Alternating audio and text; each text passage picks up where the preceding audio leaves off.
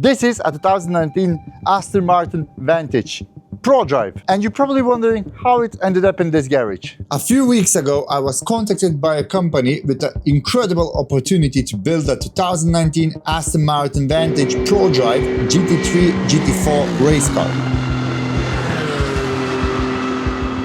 In the last episode, the car finally arrived, and after our first walk around, it became pretty clear that this wasn't going to be a simple project. We discovered that a huge number of modules were missing, wiring looms were unplugged everywhere, and honestly, I had absolutely no idea where half of it's supposed to go.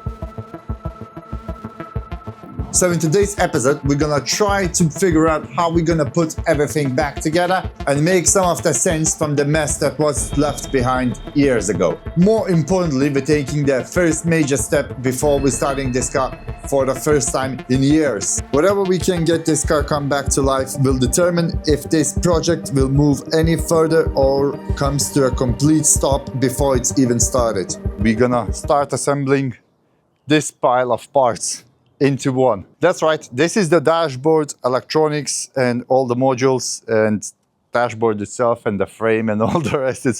It's gonna be a task to put everything back how it's supposed to be. So there's nothing to wait. Let's start attacking this and let's start putting everything back in a place. So we got the dashboard frame, we got a heating matrix, we got dashboard itself, we got some wiring loom for the dashboard and all the rest as well. Where it all goes, I need to figure out that by myself. But I'm assuming that this is supposed to go over that like this. And as you can see, there is one bolt that goes through that hole and there's another bolt that goes through this hole.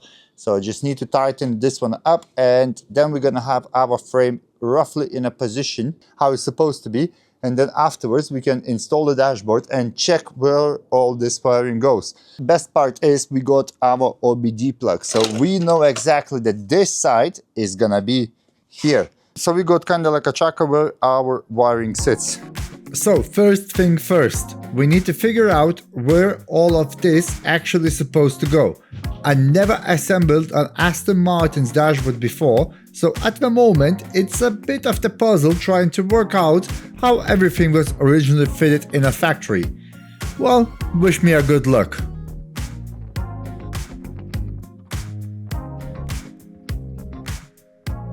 So I just traced the wires. I know roughly where they supposed to sit. So I'm just gonna remove it again, put all the wiring in, and then I'm gonna start rebuilding everything again from the beginning. So now I got a rough idea of where everything should go. Well, at least I hope I do. But honestly, this is probably my only chance to get hands on with the Aston Martin dashboard and learn how it's all put together. Every car teaches you something new, and this one is definitely no exception. Probably the hardest part of this entire job is working out which plug goes where. There are loads of connectors back here, and when they are hanging loose, they start to look exactly the same. So it's going to take a bit of patience and probably a few mistakes to get everything plugged back in. So it took me a few attempts to find it out where the wiring's supposed to go around this metal frame. I put the dashboard on like already 4 times. Obviously that was off camera because I have no idea where that wiring's supposed to go. But I found a guy, I'm not too sure if you ever heard about it, it's called Matt Armstrong. He done the Vantage and he replaced the dashboard. So I took some screenshots from that video and I seen how all the wiring is supposed to go. So let me show you this around. So it's actually supposed to go from the back in the top, not from the bottom on the front like I done before. So now everything is kind of routed how it's supposed to be. We got a few plugs that it goes into an instrument cluster, I believe. And also this now stays in here and it plugs in a screen, and this one goes into the controls. So now I can finally mount the dashboard back on. Finally, the wiring is all sorted, which means we can start putting some parts back on. The dashboard goes in first, it's secured with 8 10mm bolts. Once that's in a place, I can install the vent bracket, followed by climate control panel. Then it's time for the final piece, the information screen and the dashboard cover.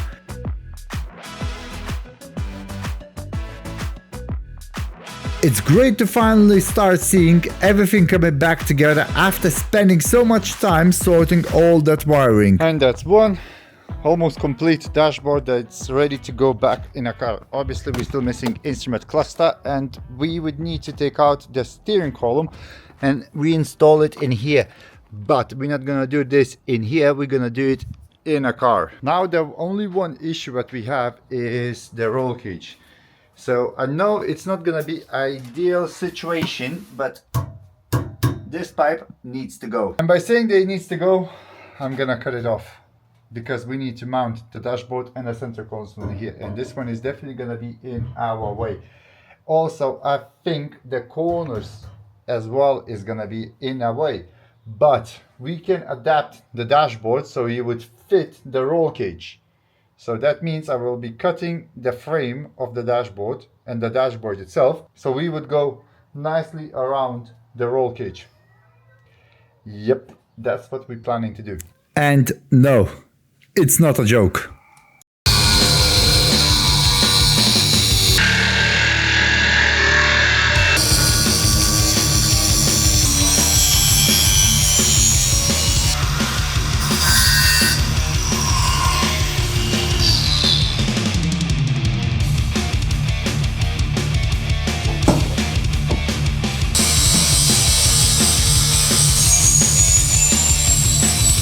And the roll cage bar in the center have disappeared. I know a lot of you gonna say, why did I cut it? Well, the reason for that is because of the steering wheel column and all the electronics which is hidden in a dashboard itself. And if we want to mount this steering column, we would need to make a custom bracket. And obviously the dashboard has a lot of modules. So basically it's just easier to install the dashboard back in a place. And I think that's gonna give you that racy street look inside of the car when you're gonna be sitting in a bucket seats and you're gonna have all the controls and comfort in a car. So I think that's a pretty good idea. And don't worry, I had the permission from the owner to cut it. Before we're trying to put all the dashboard in a place, we need to remove this steering column, which is only held by this 10mm bolt.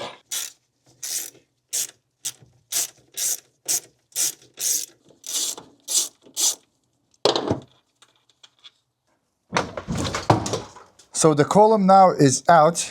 So that means we can try and put the roll cage back in a place. But the only thing that we will need to do is to cut around the good dashboard, which costs a lot of money. We will need to cut around this section of the roll cage and try to install it. It's going to be exactly same on that side as well.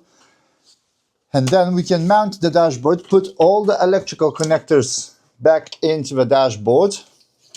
And the next thing what we will be missing is this airbag module.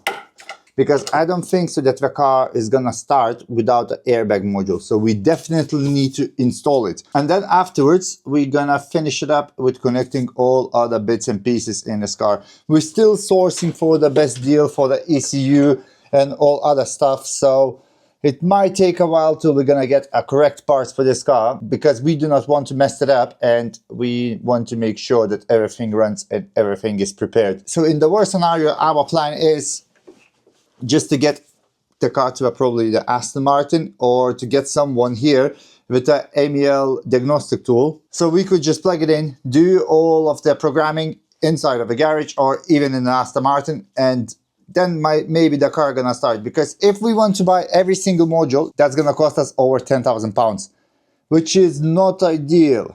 And also I emailed the Prodrive company as well to ask maybe they're selling the standalone ECU, but they never came back to me. So there's no other options, just to do pretty much standard racy look. The only thing is, I'm not too sure if I'm gonna be able to get the dashboard through this roll cage in here, so we might need to lift it through the window. But other problem is, this dashboard now weighs about 30-40 kilograms, and to get here on my own is gonna be a mission. It's way too heavy to lift over the window, and I do not want to scratch anything. So I need a help to lift the dashboard, and my help have just arrived.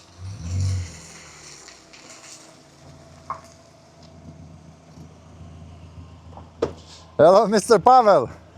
YouTube. You like my ride? How long you haven't been on the road? 3 years? Only? Yeah, 2023. Gee. Oh, Jesus. Oh my God, look at that. Sporty exhaust. How have you been? Yeah, been alright. You know, growing a bit more hair, but yeah. I like a hoodie. Oh yeah.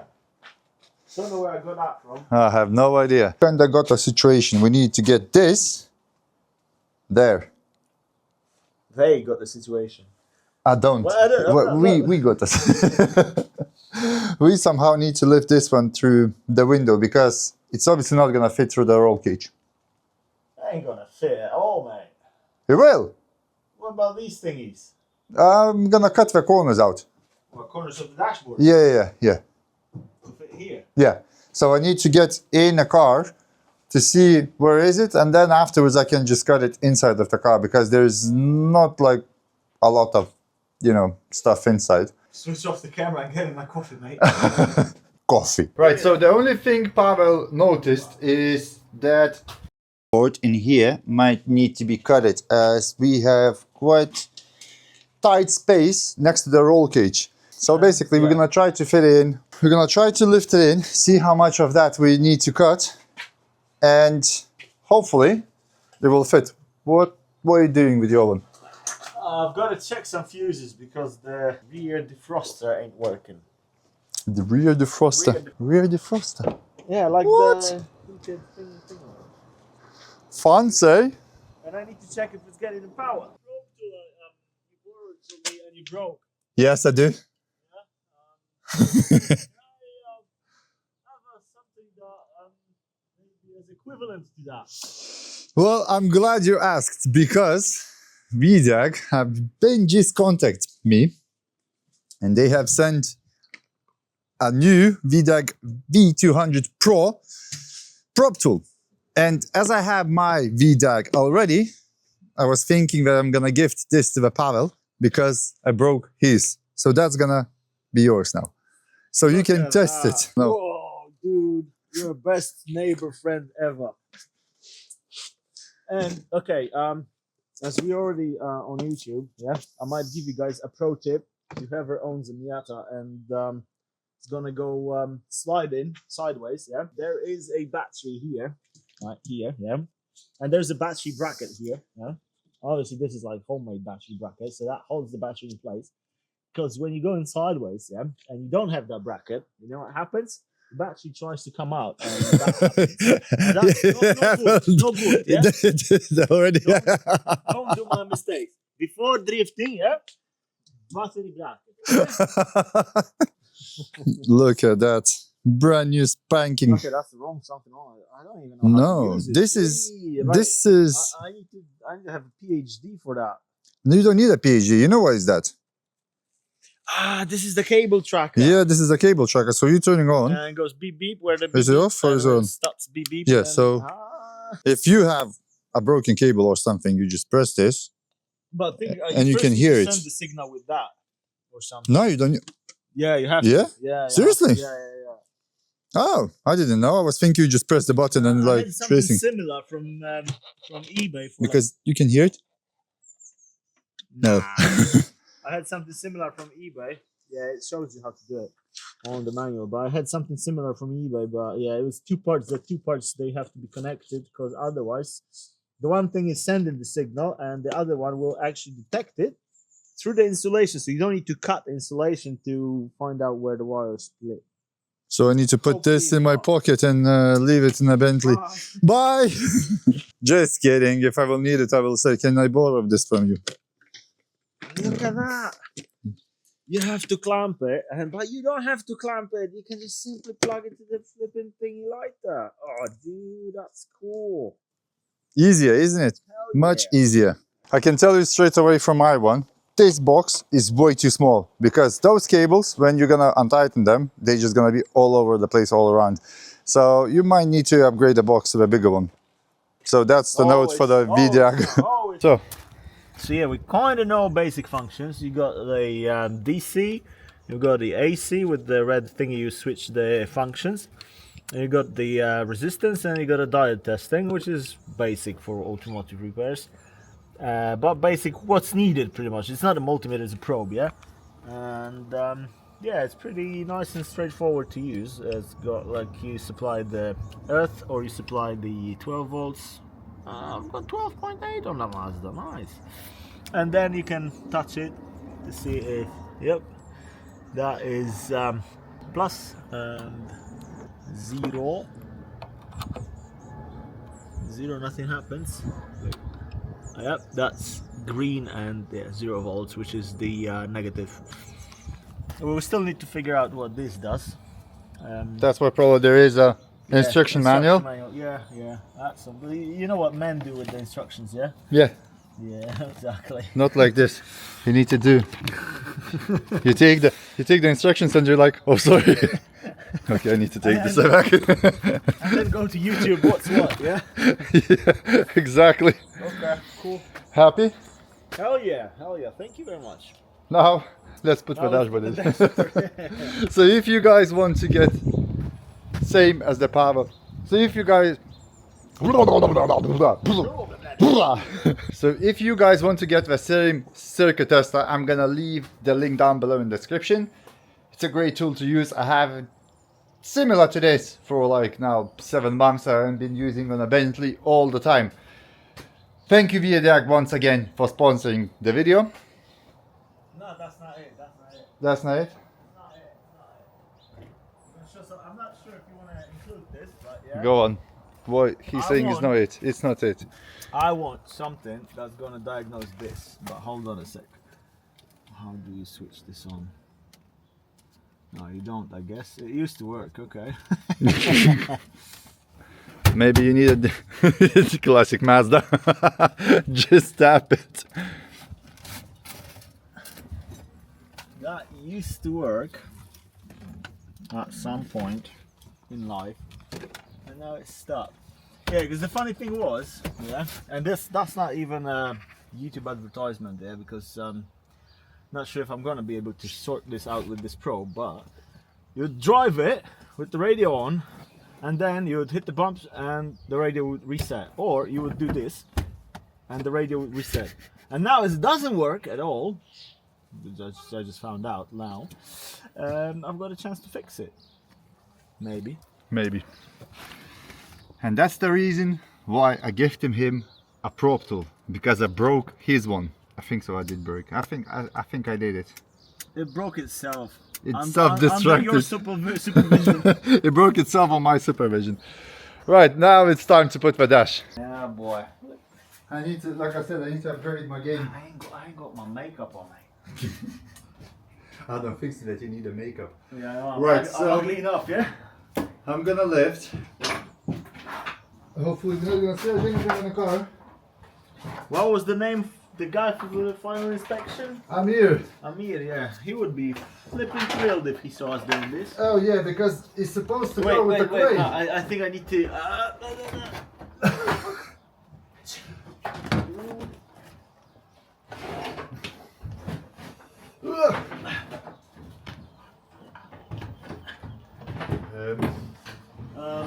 no, Out. It's towards you. dude, that's not a chance, mate. If we would put it to rest on the roll cage now, put it somewhere so you would rest. So should I lift it up? Yeah, lift it up. For me to lift it up, you need to go back. Back? Yeah. Yeah. Put it somewhere to rest. I'm gonna hold it. Get outside. Drill the doors. I don't even know how. Where is that gonna rest on? Not a chance, mate. Take that out. That ain't going nowhere. Bro, that's it. That's it. That's good. That's it as well. Plus it pissed on me. Piston. Yeah. The dashboard, I mean. Yeah. There's something in there that's leaking. He's too strong for that job. Let him. Like, I'm not even gonna take it out. Yeah, you gotta believe me. You gotta believe my word. He's too strong for that job. Right, so I had to split the dashboard again, but now I know how everything goes. So it's finally in a car. I had to make some adjustments in this section here to go all around the cage, and same in this. It's impossible to reach those brackets over there, so it's still solid. It's in a place and it's all tightened. The way I done it, I had to split all this frame in 3 pieces. So I had to remove the glue from here, then I put it this section first in this side, then I put it the middle, and I pushed the last section over here. Next step, it goes the steering column, because if I'm gonna put the dashboard now, I'm gonna have less access to the steering column to go back in a place. So let's put that one in, then we can mount all the rest. Now it's time to put my yoga skills to the test. I need to bolt the steering column back in, and the 4 bolts holding it are in the most awkward position ever. Well, that was a definite mission, but the steering wheel is finally in a place and it's not wobbly, nothing. So that's a good sign. Now we can install the dashboard. I will still need to cut around the cage to get the dashboard fitted in, but now it's the minor, it's just putting everything back in a place. The hardest bit is now kinda in the past. Now would be a great time to hit that subscribe button. Your support means a lot, and honestly, without you guys watching, liking and subscribing, none of these builds would be possible. So all of that side is perfect. It's like there's a lot of clearance. Where other hand, this side, it doesn't have a lot of clearance at all. So it's not even how it's reaching the bolts. It's reaching everything. So I think this one is not in a position. So if I would manage to push that side a bit more in, I think it's gonna be perfect, like literally perfect. Then it means I don't need to do any adjustments on this side or that side, because that's where the speaker is supposed to sit. And obviously there's not gonna be any music in this car, just a pure V8. If I could get this side sit correctly, I think we would be alright. The dashboard has actually been out of this car for at least 6 years. I wasn't the one who removed it, I'm simply picking up and rebuilding someone else's unfinished project. That makes moments like this even more satisfying, because parts that has been sitting in a shelf for years are finally finding their way back in a car. Seeing the dashboard back where it belongs is a huge milestone. For so long, this Aston has been a little more than a shelf full of loose parts, but now it's finally started to look like a complete car again, and with a roll cage in a place, it looks even better. It's one of those moments that makes all of the hours spending sorting the parts, chasing the wiring issues, and figure out how everything fits together feels great.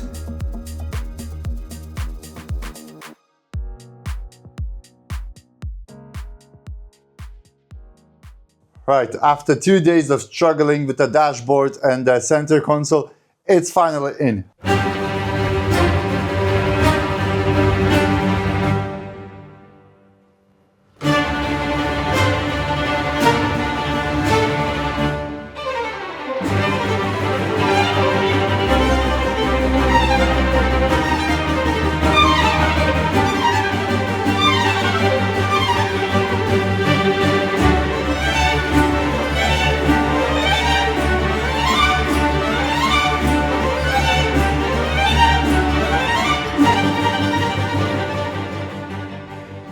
I'm not too sure what's harder, to install the engine in a Bentley or install the dashboard and the center console with the trims and everything around the roll cage.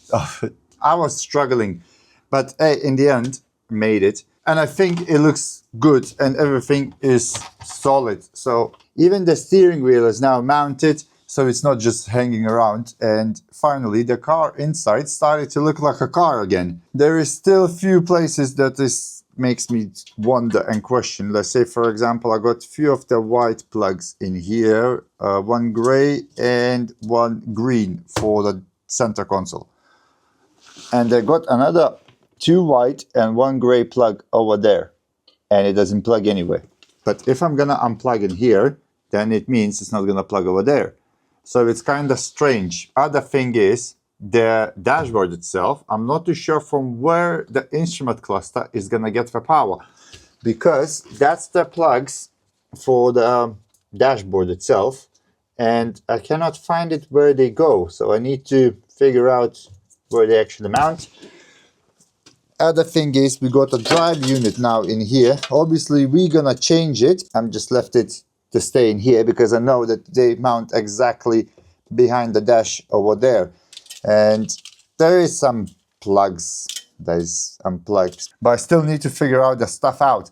Most importantly, that the interior is now in and we can move to the engine bay. Next step, what we can do, we can reassemble some of the stuff in the engine bay, because we got the air filters, we got the drive unit, and we got some heat shields and all other plastics. So we can reassemble all of this in here as well. First I need to make sure I'm not missing anything, and surprise surprise, there are loose bolts everywhere. So before anything else I need to go around and check and tighten every single bolt I can find.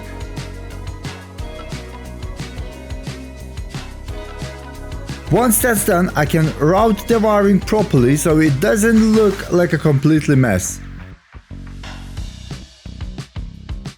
And guess what? I moved the wires and there's more loose bolts. Oh, they're not gonna leave me alone. After that, we can install the air filters and the MAF sensors.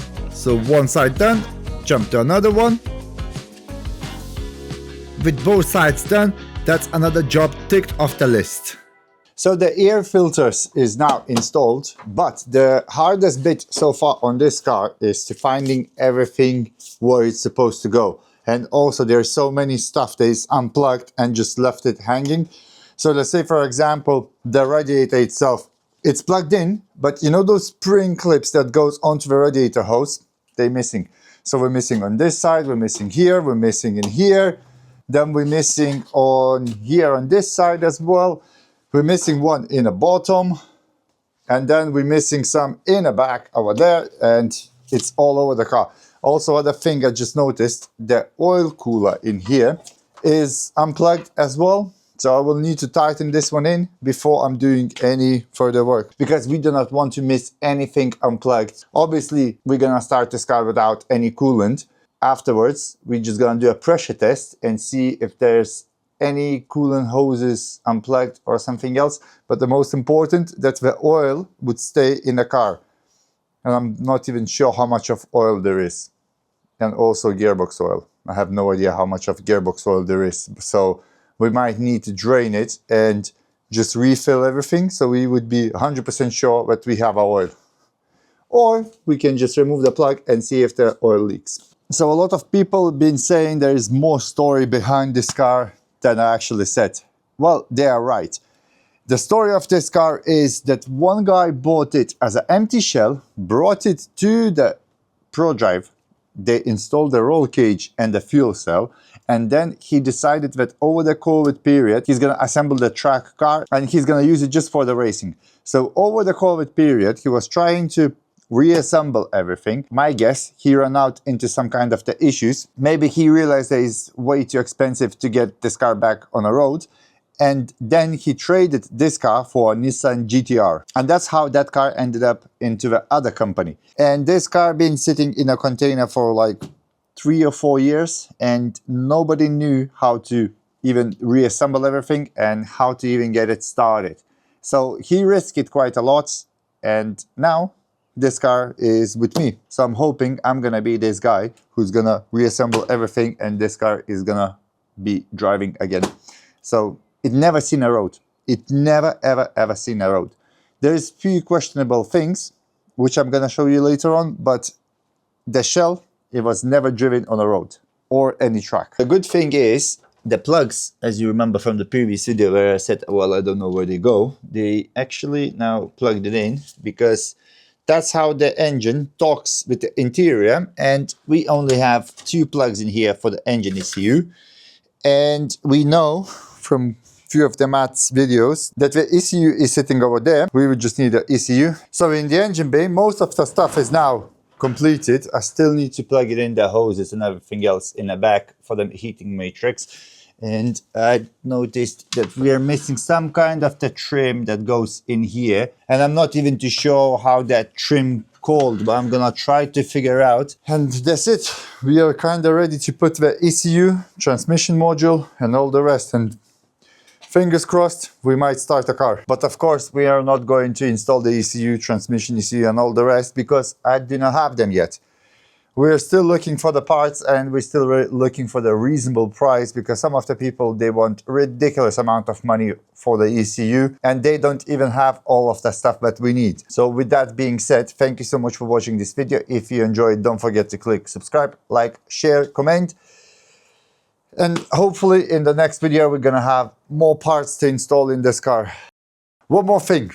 This is the Car diagnostic tool. So I'm gonna give away 2 of them in the next video. So make sure you hit that subscribe button.